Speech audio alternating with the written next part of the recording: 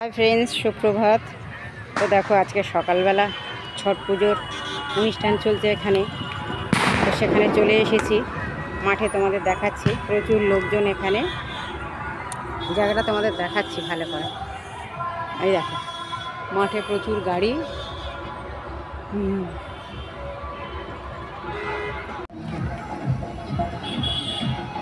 দেখা যাচ্ছে।